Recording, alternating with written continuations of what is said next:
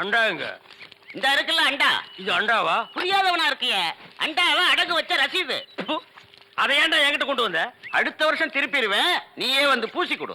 அடுத்த வருஷம் அது வரைக்கும் நான் இந்த குடிசுக்குள்ளே உட்கார்ந்துருக்கணும். ஓ இஷ்டம். இதுல நக்கல் வேறயா?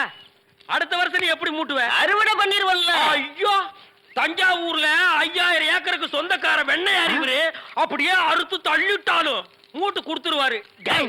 பிச்சைக்கார நாயே, உன் மூஞ்சிய பார்க்கும் போதே எனக்கு தெரியும்டா, உன் குடும்பத்துல இருந்தே மொத்தம் இந்த ஒரு குண்டாதான். அதுவும் நீ பிச்சை எடுக்க வச்சிருக்க, அது எம்பூசிதான் பிச்சை எடுப்பியா? நீ எல்லாம் மனசாட்சி இல்லாதவன்டா. 10 ரூபா வச்சிருந்தா என் பிள்ளைகளுக்கு நாஸ்தா வாங்கி கொடுக்க, அவன் உன் குண்டாவுக்கு ஈய வாங்கி செலவழிச்சுட்டா. டேய், என்ன இடிச்சவா நினைச்சிட்டியா இல்ல பைத்தியக்காரன் நினைச்சிட்டியா? இல்லன்னா குனிய வச்சு மொத்தமா நான் போலாம் நினைச்சியா? இந்த பாரு, உன்னை நான் விட மாட்டேன். படுக்க வச்சு உன் மூஞ்சில ஈயம் பூசாம விட மாட்டேன். டேய், படுக்க வைங்க.